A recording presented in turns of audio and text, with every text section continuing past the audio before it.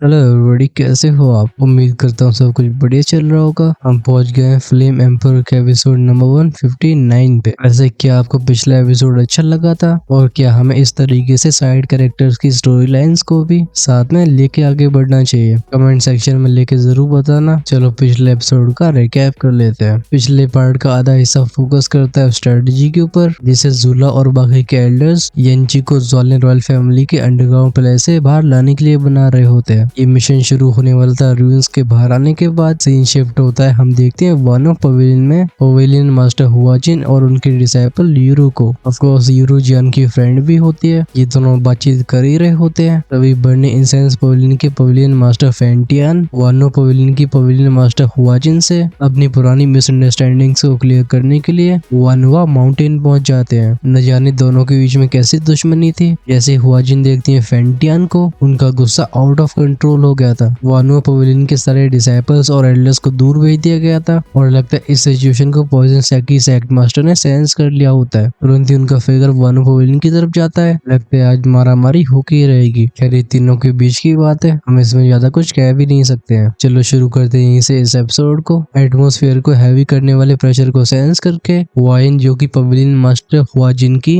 एक close confident होती है, हम उसे अपने सिर को हिलाते हुए देखते हैं। क्योंकि अगर बात करिए फेंटियान की, तो हुआइन भी अंदर से काफी कॉन्फ्लिक्टेड फील करती है। आखिरकार अपनी जवानी में इस व्यक्ति ने जगह जगह से कई कन्याओं के मन को मोल लिया होता है। चीजें तब पागल कर देने वाली हो जाती है जब फेंटियान अपने आप को पॉइजन सेक की सेक्ट मास्टर और वानो पवेलियन की पवेलियन मास्टर के बीच में फंसा लेते हैं। भले फेंटियान की रेपुटेशन चाहे कैसी भी हो, हुआजिन जानती थी कि फेंटियान का मन एकदम साफ है। ऑफ कोर्स ये विचार बस हुआजिन के थे। नजारा आसमान का दिखाया जाता है। गूंजती एक थंडरस आवाज, बूम के साउंड के साथ पवेलियन मास्टर हुआजिन का ऑरा पूरी तरीके से इरप्ट हो चुका था। उनके चारों तरफ इकट्ठी होने वाली लाइफ और डेथ एनर्जी पूरी तरीके से ब्लेंड होने लगती है। ये देख के हुआजिन कहती है, लगता है इस बार पवेलियन मास्टर सच में फेंटियान की जान के पीछे है। तभी हुआजिन ने अपने सर के ऊपर बड़ी सी एनर्जी के गोली को इकट्ठा करके फेंटियान की तरफ लॉन्च कर दिया होता है। इस अर्थ शैटरिंग अटैक को देख के फेंटियान की आंखों में बस रिलीफ फ्लैश होती है। वो कहते हैं, अगर मेरी मौत मुझे माफी दिला सकती है तो मैं 1000 बार मरने के लिए तैयार हूँ। वो डेवास्टेटिंग पावर तुरंत ही फेंटियान के सर के ऊपर अपीयर होती है। जब अटैक फेंटियान से टकराने वाला होता है, हुआजिन को ऐसा लगता है जैसे उसके दिल को इसने एक बिजली का झटका दे दिया हो। ये व्यक्ति जिसने उसे कई बार धोखा दिया, आखिर वो इसे इतनी आसानी से कैसे माफ कर सकते थे। लेकिन इस मोमेंट में वो हेजिटेट क्यों कर रही है? अंत में जाके हुआजिन अपने अटैक को वापस लेने की कोशिश करती है, लेकिन लगता है अब काफी देरी हो चुकी थी। फेंटियान ने फाइनली अपनी आंखें बंद करी होती है। तभी उनके सामने का स्पेस डिस्टॉर्ट होता है। उस स्पेस में से एक डिस्डेनफुल आवाज बाहर आती है। वो आवाज कहती, हम मूर्ख औरत। हम उस स्पेस में से एक पतले से हाथ को बाहर आते हुए देखते हैं। इस हाथ को ढक रखा था एक पर्पल मिस्ट ने। इस पर्पल मिस्ट के चारों तरफ स्पेस भी टिक नहीं पा रहा था। ये हाथ सीधा सामना करता है उस डेवास्टेटिंग अटैक का। बैंग की आवाज के साथ वो अटैक फूट गया होता है, लेकिन इसके पार्टिकल्स भी बिखर नहीं पाए थे। तब तक एक जहरीली गैस उन्हें पूरी तरीके से खा जाती है। सीन लौटता है उस फिगर के ऊपर जो कि स्पेस में से बाहर आ रही थी। ऑफ कोर्स ये होती पॉइजन सेक की सेक्ट मास्टर। इस दूसरे बिन बुलाए मेहमान को देख के हुआजिन का एक्सप्रेशन और भी डार्क हो जाता है। वो दांते मीस के बोलती है, तुम फिर से क्यों हो? फेंटियान के सामने खड़ी इस औरत का वही चेहरा होता है जिसे उसने हुआजिन के ऊपर चुना था। पॉइजन सेक मास्टर को देख के फेंटियान अपने सिर को हिलाते हैं। वो एक हल्की आवाज में कहते हैं कि मैंने तुमसे नहीं कहा था कि तुम्हें हमारे बीच में इंटरफेयर नहीं करना है। इस मामले को मैं खुद रिजॉल्व करना चाहता हूँ। पॉइजन सेक की सेक्ट मास्टर पीछे मुड़ती है। वो कोल्ड आवाज में कहती है, मैं क्या कर सकती हूँ और क्या नहीं ये तुम मुझे नहीं बता सकते, और मैं यहाँ पे तुम्हारे लिए नहीं आई हूँ। मैं यहाँ पे उस दुश्मनी को खत्म करने के लिए आई हूँ जो मेरे पॉइजन सेक्ट और वानो पवेलियन के बीच में है। इस वजह से तुम यहाँ पे मर नहीं सकते हो। दोनों को बात करती हुई देख हुआजिन और भी गुस्सा हो जाती है। वो कहती है, नॉनसेंस। क्या तुम्हें सच में ऐसा लग रहा है कि सिर्फ दोषिया ने ब्रेक थ्रू करने से मैं तुम्हारी इस बदतमीजी को बर्दाश्त करूंगी? ये मेरा वानो पवेलियन है। हुआजिन के दिमाग में भले ही पॉइजन सेक मास्टर चाहे कैसे भी बहाने बना रही हो, लेकिन ये फेंटियान को बचाने का बस एक एक्सक्यूज है। दूसरी तरफ पॉइजन सेक की सेक्ट मास्टर पीछे हटने को तैयार नहीं थी। वो कहती है, फेंटियान मेरे साथ जाएगा। तुरंत ही उनका पर्पल ऑरा भी फैलना शुरू हो जाता है। जहाँ जहाँ से पर्पल मिस्ट निकलती है, स्पेस जगह छोड़ देता है। इन दोनों को बिल्लियों की तरह एक दूसरे पे गुर्राते हुए देख फेंटियान का दिमाग घूमने लगा था। वो कहते हैं,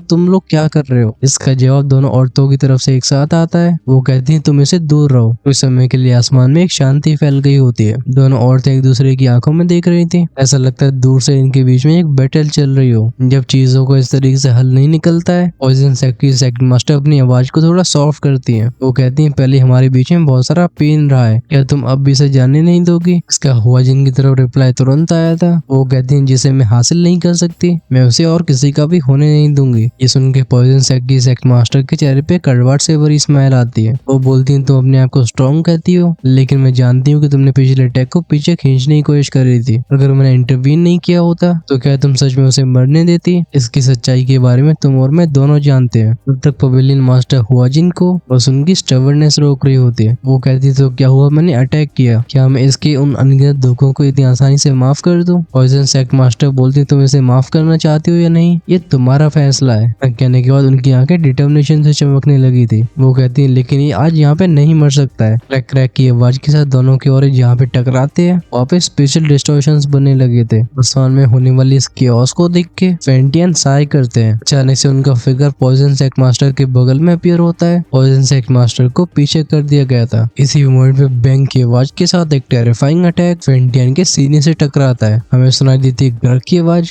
पवेलियन मास्टर फेंटियन ने खुद को बिल्कुल डिफेंड नहीं किया था। जब पॉइजन सेक्ट की सेक्ट मास्टर ने ऐसे सीन को देखा था अचानक से उनकी आवाज में पैनिक भर जाता है। वो चिल्ला के बोलती है फेंटियन। फेंटियन के शरीर को जमीन पर गिरते हुए देख उसी तरह उनके नीचे अपीयर हुई थी। दूसरी तरफ हुआजिन एकदम जम चुकी होती है। आखिरकार पवेलियन मास्टर फेंटियन ऐसा डिसीजन लेंगे ये किसी ने भी सोचा नहीं होता है। फेंटियन के मुंह से बहने वाली खून को देख के हुआजिन अपने दोनों हाथों को क्लेंच कर लेती है और एक हल्की आवाज में कहती है फेंटियन। फाइनली वो भी अपने आप को नीचे आने से रोक नहीं पाती। पवेलियन मास्टर फेंटियन कुछ बोलने की कोशिश करते हैं लेकिन उनके मुंह से और भी खून बाहर आता है। ये देख के हुआजिन का गुस्सा डगमगा गया था। वहीं पे पॉइजन सेक्ट की सेक्ट मास्टर अभी दर्द और गुस्से के बीच में झूल रही होती है। पवेलियन मास्टर फेंटियन जैसे ऐसे बोलते हैं ही लगता है मैंने फाइनली तुम दोनों को साथ में लाके खड़ा कर दिया। मैं मर भी जाऊं तो भी मुझे कोई गम नहीं है। ये सुन के दोनों औरतों ने अपनी फिस्ट को हवा में उठा लिया था लेकिन फेंटियन की खराब हालत को देख के दोनों फिर से अपने हाथ खोल लेते हैं। एक पल के लिए बैटलफील्ड साइलेंट हो गया होता है। भले ऐसी शांति औरों के लिए प्रेशराइजिंग हो लेकिन अभी युद्ध के मैदान में मौजूद तीनों लोग समझ रहे थे कि तीनों की किस्मतें बहुत पहले जुट चुकी हैं। वो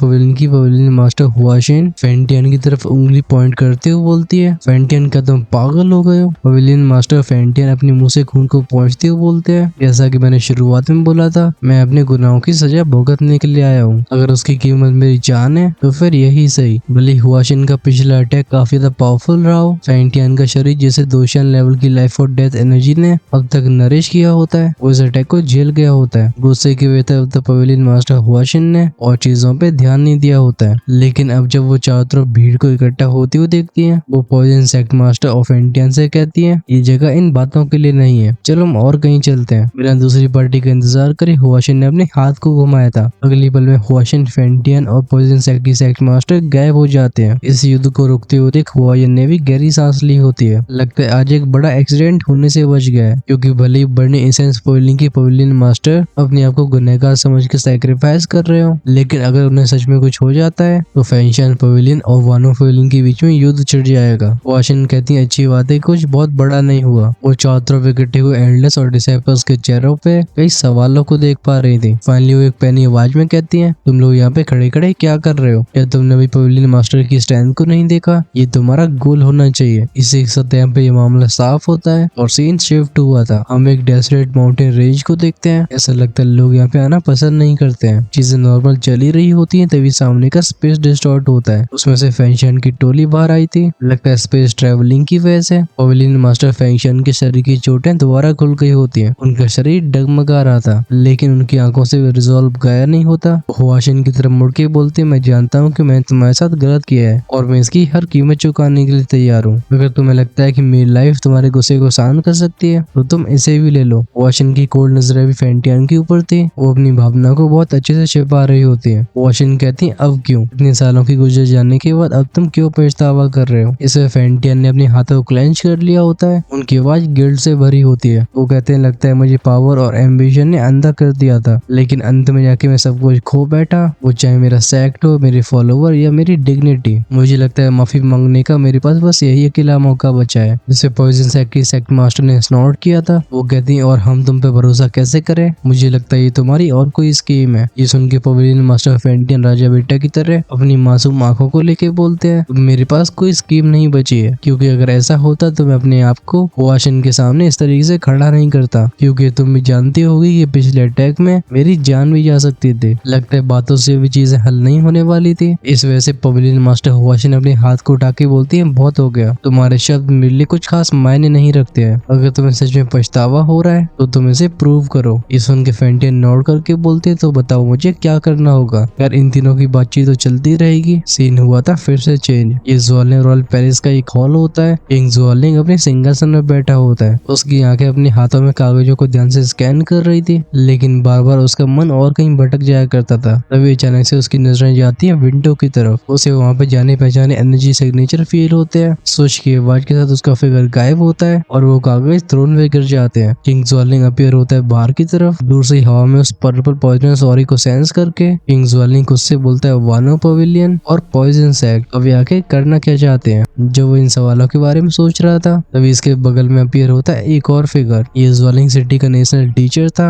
वेंजी किंग ज़्वालिंग की तरफ बाव करता है। ये दोनों फिर से हॉल के अंदर आते हैं। किंग ज़्वालिंग पूछता है, तुम्हारे पास क्या खबर है। ये सुन के वेंजी की आंखों में एक लाइट फ्लैश होती है। वो कहते हैं, मामले प्लान्स के हिसाब से आगे बढ़ रहे हैं। हाउएवर अगर आप सच में अपने गोल्स को अचीव करना चाहते हो तो आपको एक जरूरी निर्णय लेना होगा। किंग ज़्वालिंग कहता है, डिसीजन, मैं इस गोल के लिए पहले ही काफी ज्यादा सेक्रीफाइस कर चुका हूँ, अब तुम मुझसे आखिर चाहते क्या हो। ये सुन के वेंजी की आवाज थोड़ी सॉफ्ट हो गई थी। वो कहते हैं, माय किंग, हार मानने के लिए अब बहुत देरी हो चुकी है। भले आपके फादर रिटायर हो चुके हो, वो तभी अंडरग्राउंड पैलेस के 7th फ्लोर की रखवाली करते हैं। भले हमें उनकी इच्छाओं के बारे में पता न चला हो, लेकिन हम गैस कर सकते हैं कि उनके इंटेंशंस उस होली फ्लेम और मेडुसा क्लैन के बारे में। ये सुन के किंग ज़्वालिंग की आंखों में डार्कनेस फ्लैश होती है। वो कहता है, इतना समय गुजर जाने के बाद भी लगता है मैंने जो अपने भाई बहनों के साथ किया था, मेरे फादर अब भी मुझे उसका गुनहगार समझते हैं। लेकिन अगर वो होली फ्लेम को हासिल करने का प्लान कर रहे हैं तो मैं चुपचाप खड़ा नहीं रहूंगा। इससे वेंजी का एक्सप्रेशन भी थोड़ा सीरियस हो जाता है। वो कहता है, माय किंग, बस इसी कारण की वजह से हमारा अगला हर कदम बहुत ज्यादा कैलकुलेटेड होना चाहिए, क्योंकि अगर हम अब फेल होते हैं तो सब किया कराया बर्बाद हो जाएगा। ये सुन के किंग ज़्वालिंग के चेहरे पे सिनिस्टर स्माइल आ जाती है। वो कहता है, मेरे फादर को ये सोचने दो कि वो अभी कंट्रोल में है। बहुत जल्दी दोनों होली फ्लेम और मेडुसा क्लैन की वो पेट्रिफिकेशन पावर मेरी होगी। सीन फिर से शिफ्ट हुआ था। ये जगह ज़्वालिंग रॉयल पैलेस के काफी गहराई में होती है। इस अंडरग्राउंड पैलेस में ज़्वालिंग किंग के पिता एक पत्थर की मूर्ति के सामने खड़े होते हैं। इस फिगर के ऊपर जगह जगह पे एंशिएंट रून्स देखे जा सकते थे। ज़्वालिंग किंग के फादर के चेहरे पे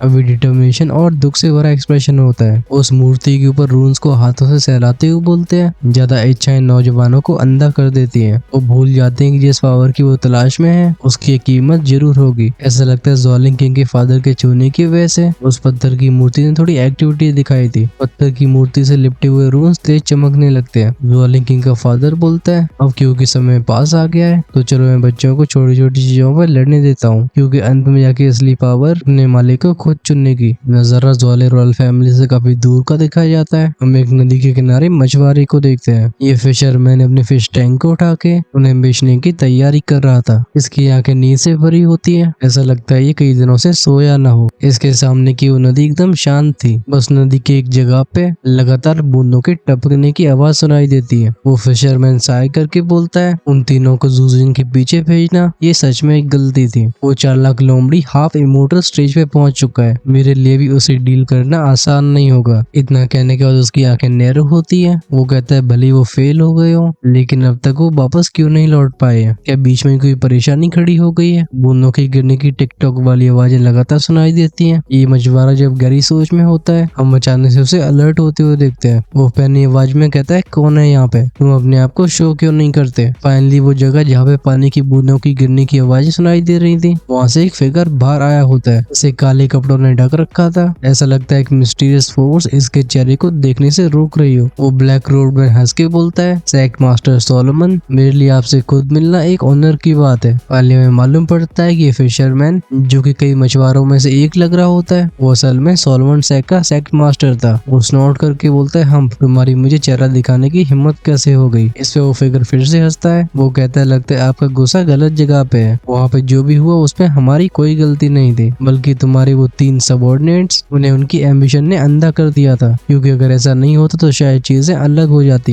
ये सुन के सेक्ट मास्टर के एक्सप्रेशन डार्क हो गए थे। वो कहता है, तुम साफ तरीके से बोलो। वो काली वेशभूषा वाला व्यक्ति खुद को इंट्रोड्यूस करते हुए बोलता है, मैं ज़्वाल सेंटिन में सोल क्लैन का चीफ रिप्रेजेंटेटिव हूँ। ये सुन के सोलोमन सेक्ट मास्टर की आंखें और कोल्ड हो जाती है। वो बोलता है, तुम्हारी मुंह से शब्द बाहर कैसे आ गए? क्या तुम्हें मौत का भय नहीं है। आखिरकार अगर किसी और को मालूम पड़ जाता है कि तुम सोल क्लैन से हो तो तुम्हारा अंत बहुत दर्दनाक होगा। ये सुन के वो बंदा टिस्क टिस्क करके बोलता है, हमारे बीच में वो बस एक मिसअंडरस्टैंडिंग थी। आखिरकार आप जैसा बुद्धिमान व्यक्ति ये समझता होगा कि जब तक बात फायदे की होती है दुश्मन भी दोस्त बन सकते हैं। ये सुन के सोलोमन सेक का सेक्स मास्टर किसी और दिशा में दिखने लगा था। अब इसके दिमाग में क्या चल रहा है ये उसके चेहरे पे पढ़ा नहीं जा सकता था। वो कहता सीधा काम की बात करो। ये सुन के ब्लैक रोडमैन बोला था, डील बहुत सिंपल है, बस आपके सेक्ट को रूइंस और सेक्ट कंपटीशन से दूर रहना होगा। इसका जवाब देने में सोलोमन सेक का सेक्ट मास्टर बिल्कुल हेजिटेट नहीं करता। वो कहता है, समखना, लगता है उस रिप्रेजेंटेटिव को भी पता था कि ये बंदा इतनी आसानी से नहीं मानेगा। इस वजह से रिएक्शन सुनने के बाद भी वो बिल्कुल एजिटेट नहीं होता है। वो कहते हैं आपको इसके बारे में ध्यान से सोचना चाहिए। भले उन रूइंस के अंदर बहुत सारे खजाने छिपे हो, लेकिन उससे ज्यादा जरूरी है जिंदा रहना। हमारे सोल क्लैन और घोस्ट वर्ल्ड के बीच में बहुत पुराने रिश्ते हैं। तुम्हारी कल के बने रिश्ते इसके सामने बिल्कुल नहीं टिकने वाले। इस वजह से तुम्हें हमारे धैर्य का और इम्तिहान नहीं लेना चाहिए। सोलोमन सेक्ट के सेक्ट लीडर के चेहरे पे कोल्ड स्माइल आ जाती है। वो कहता है, सेक्ट कंपटीशन में जो ट्रेजर्स होते हैं, क्या सच में तुम्हारा सोल क्लैन हमें वो दे पाएगा? मुझे नहीं लगता कि तुम हमारी वफादारी हासिल कर सकते हो। ये सुन के क्रैकल क्रैकल की आवाज के साथ उस काली वेशभूषा वाले व्यक्ति के चारों तरफ का स्पेस ट्रेम्बल होने लगा था। उसका डार्क ऑरा और भी इंटेंसिफाई होता है। वो कहता है, ये कोई सिंपल कंपटीशन नहीं है Solomon sect master. Ghost world की फोर्सेस इस बार कुछ बड़ा प्लान कर रही हैं और तुम्हें उनके रास्ते में नहीं आना चाहिए। अभी सोलोमन सेक्ट का सेक्ट मास्टर इस बिन बुलाए मेहमान को ध्यान से ऑब्जर्व कर रहा था। वो मनी मन में कहता है, सोल क्लैन घोस्ट वर्ल्ड से मिला हुआ है और अब वो जॉन सेंटिन को भी कंट्रोल करना चाहते हैं। फाइनली वो अपने एक कदम को आगे बढ़ाता है। बूम की आवाज के साथ पानी चारों तरफ उछल गया था। वो एक की फ्लैश में उस काले वेशभूषा वाले व्यक्ति के पास पहुंच जाता है। सोलोमन सेक्ट का सेक्ट मास्टर कहता है, ठीक है, मैंने तुम्हारी मैसेज को रिसीव कर लिया। इसका जवाब तुम्हें कुछ समय के बाद मिलेगा। लगता है सोल क्लैन का रिप्रेजेंटेटिव और भी कुछ बोलना चाहता था, लेकिन दूसरी पार्टी के ऑपरेसिव ऑरे को सेंस करके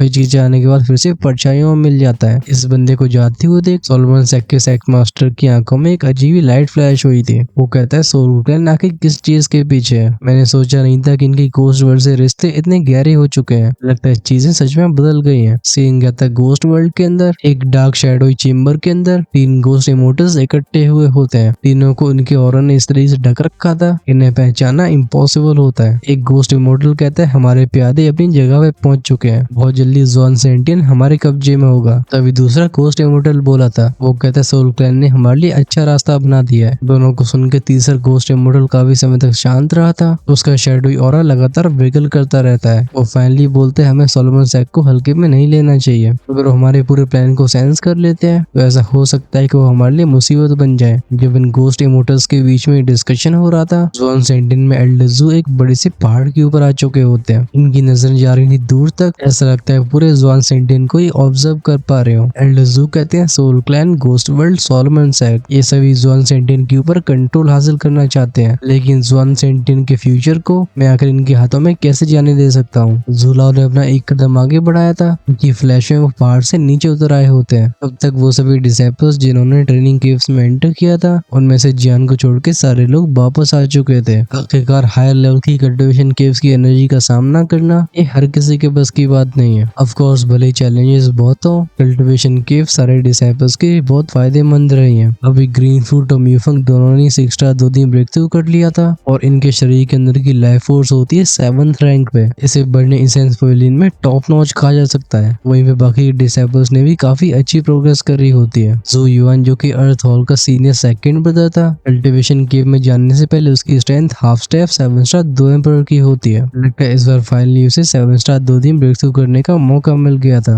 वैसे ऐसा हर किसी के साथ नहीं होता है। अर्थ हॉल का 3rd सीनियर ब्रदर जांग वोमैंग, उसकी स्ट्रेंथ तब भी 6 स्टार 2 दी के पीक पे ही होती है। लगता है 7 स्टार 2 दी के थ्रेशोल्ड को क्रॉस करना ये इतना आसान भी नहीं है। भले ही जांग वोमैंग बाहर से काफी ज्यादा काम लग रहा हो, अंदर से वो चिंतित होता है। बात करिए सीनियर 4th ब्रदर की जो कि होता है शिंगयू, उसकी स्ट्रेंथ 6 स्टार 2 दी के लेट स्टेज से पीक तक पहुंच चुकी होती है। फिर आता है 5th ब्रदर वांगचेंग और लिंगजुआन, ये दोनों 6 स्टार 2 एम्पर के लेट स्टेज तक पहुंच चुके थे। जिंगशिन जो कि अर्थ हॉल डेप्यूटी हेड चिंगलाओ की डिसाइपल थी, वो भी 6 स्टार 2 एम्पर के लेट स्टेज तक पहुंच गई थी। इनमें से सबसे ज्यादा सरप्राइजिंग होती है म्यू यिंग। कल्टिवेशन केव के अंदर गुजारे जाने वाले समय के दौरान उसने सीधा 3 लेवल की छलांग मार ली थी। वो भी 6 स्टार 2 दी के लेट स्टेज पे होती है। हालांकि म्यू यिंग को लेकर सवाल कई लोगों के दिमाग में थे, लेकिन ह्यूमन पैलेस के डेप्यूटी हेड म्यूजुजी के प्रोटेक्शन की वजह से कोई भी ऐसी हिमाकत नहीं करता। ये जगह थी अर्थ हॉल के कोर्टयार्ड की। हम देखते हैं वांग चेंग के ग्रुप को। वो कहता है अब तक 1 महीना गुजर चुका है, जियान अभी ट्रेनिंग से बाहर क्यों नहीं आया। इस पे अर्थ हॉल का शिंगो को सोचने के बाद बोलता है, हाँ ये बात सच में अजीब है। हमारे बर्निंग इंसेंस पवेलियन की स्थापना होने के बाद भी किसी ने भी 9th लेवल कल्टीवेशन केव के अंदर 20 दिन से ज्यादा नहीं गुजारे हैं। वहीं पे जियान कल्टीवेशन केव के अंदर 30 दिन से ज्यादा रह चुका है। आखिर अंदर क्या हो रहा होगा। लगता है जियान के साथ समय गुजारने की वजह से लिंगजुआन का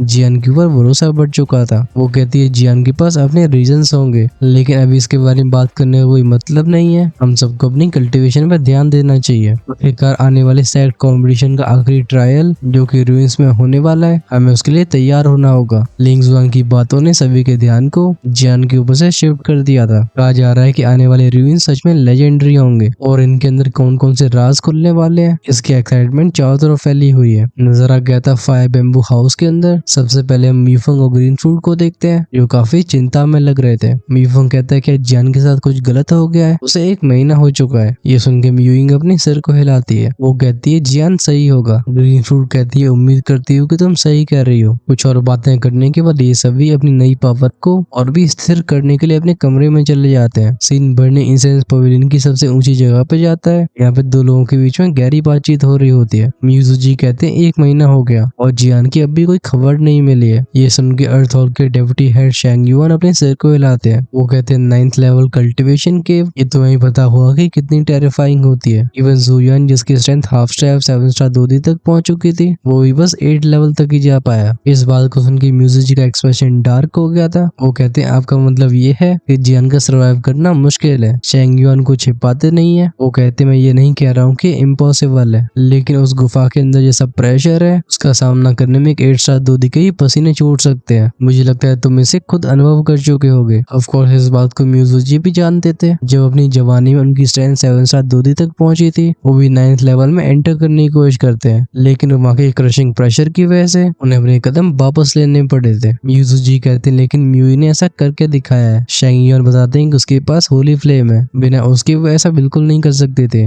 जब बातों से कोई हल नहीं निकलता म्यूजिजी साय करते हैं। वो कहते हैं अब मैं बस उम्मीद ही कर सकता हूँ कि जियान एक बार फिर से मिरेकल करके दिखाएगा। आखिरकार उसने ट्विन गोस्ट एम्पर को भी हराया है। अगर कोई हमारी एक्सपेक्टेशन को सरपास कर सकता है तो वो है। उम्मीद तो शेंग युआन की आंखों में भी थी। वो कहते न जाने क्यों लेकिन मैं इस लड़की को पढ़ नहीं पा रहा हूँ। ऐसा फील कर रहे होते हैं दोनों ही एल्डर्स। इस कमरे में फिर से शांति फैल गई होती है। कल्टीवेशन केव्स के सबसे हाईएस्ट लेवल के अंदर वो टोंगटियान रिवर मौजूद थी। इस नदी के किनारे एक बड़े से पत्थर के ऊपर एक फिगर बैठा होता है। इसके साइड में रखी थी हैवी जॉन रूलर और इसके पास से गुजरने वाली हवा भी शांत हो जाती है। ऐसा लगता है इस फिगर के लिए समय का वजूद खत्म हो गया हो। काफी और देर तक चीजें ऐसी बनी रहती है। फिर हवा का बदलना शुरू हो गया था। जियान की बॉडी में से बाहर आती गोल्डन द्वी की ये रोशनी चकाचौंध करने वाली थी। कुछ और देर तक अपनी स्ट्रेंथ को स्टेबलाइज करके जियान अपनी आंखें खोलता है। जियान एक नई कॉन्फिडेंस के साथ कहता है अब समय आ गया है। बात ऐसी थी कि जब से जियान 7th लेयर से इस 9th लेयर की टोंगटियान रिवर तक पहुंचा है, वो लगातार इस नदी की प्योर एनर्जी को ऑब्जर्व कर रहा होता है। जियान कहता है मैंने कभी सोचा नहीं था कि इस टोंगटियान रिवर की एनर्जी मेरे लिए इतनी ज्यादा फायदेमंद होगी। उसके चेहरे पे एक स्माइल आ गई होती है। वो कहता है मेरी फ्लेम और फ्लेम मंत्रा लगता है एक बार फिर से रिफाइन हो चुके हैं। जियान की आवाज सेटिस्फेक्शन से भरी होती है। अपनी आंखों में डिटर्मिनेशन से भरी रोशनी को लेके जियान ने फ्लेम मंत्रा को एक्टिवेट कर दिया था। उसके रगों में दौड़ती सैलाब की तरह दिखी और बूम बूम बूम की आवाज के साथ जमीन कांपने लगी थी। अपनी ऑरे को सेंस करके जियान कहता है तो ये 6 स्टार 2 दी का परफेक्शन है। उसे ऐसा लगता है कि उसकी अभी की पावर ये 6 स्टार 2 दी के लेट से कई गुना खतरनाक हो चुकी है। जियान बोलते अगर मैं अब वांग चेंग का सामना करता हूँ तो मैं उसे बस एक अटैक से हरा पाऊंगा। खड़े होकर जियान ने इस नदी को दूर तक देखा था और जो नजारा उसके सामने आया होता है जियान ने उसे स्टन कर दिया होता है। अगर पहले इस नदी की ऊर्जा उसे लुभाने वाली थी तो अब ये नदी किसी दूसरी दुनिया की लगती है। जब अपनी आंखें स्क्विंट करके और भी दूर तक देखता है उसे ऐसा लगता है इस गोल्डन रिवर के अंत में एक और भी चमकदार चीज मौजूद है। ये होता है एक मिस्टीरियस ग्रीन ऑब्जेक्ट जिसका ऑरा एंशिएंटनेस से भरा हुआ था। जियान बोलता है क्या चीज है। एज एल्केमिस्ट उसकी सोल पावर हमेशा से स्ट्रॉन्ग रही है, लेकिन अब वो चाहे कैसे भी ट्राई कर रहा हो उसे इस चीज के बारे में कुछ भी पता नहीं लगता। भले ही चीज कितनी भी आकर्षक हो, जियान जानता था कि बहुत डेंजरस भी है। वो अपनी जिज्ञासा को दबाते हुए बोलता है मुझे अब इसे छेड़ना नहीं चाहिए। सीन पवेलियन के बाहर का दिखा जाता है। डिसाइपल्स के बीच में हड़बड़ी मच गई थी। एक डिसाइपल कहता है क्या 9th लेवल की कल्टीवेशन केव के प्रेशर की वजह से जियान की चटनी बन गई है। इस पे दूसरा डिसाइबल अपने सिर को हिलाता है। वो कहता है जियान को कल्टीवेशन केव के अंदर गए हुए 50 दिन हो चुके हैं। आखिर इतना लंबा समय कौन एंड्योर कर सकता है। सेक्ट के एल्डर्स भी अभी काफी चिंतित होते हैं। डेप्यूटी हेड शेंग योन कहते हैं ये लड़का आखिर कर क्या रहा है। म्यूजुजी ने अभी जियान के ऊपर उम्मीद नहीं खोई थी। वो कहते हैं जियान कोई ऑर्डिनरी डिसाइपल नहीं है, मुझे लगता है उसे कोई बड़ी अपॉर्चुनिटी मिली है। जब बात होती है अपॉर्चुनिटी की, लगता है एल्डर शेंग युआन को कुछ याद आ गया था।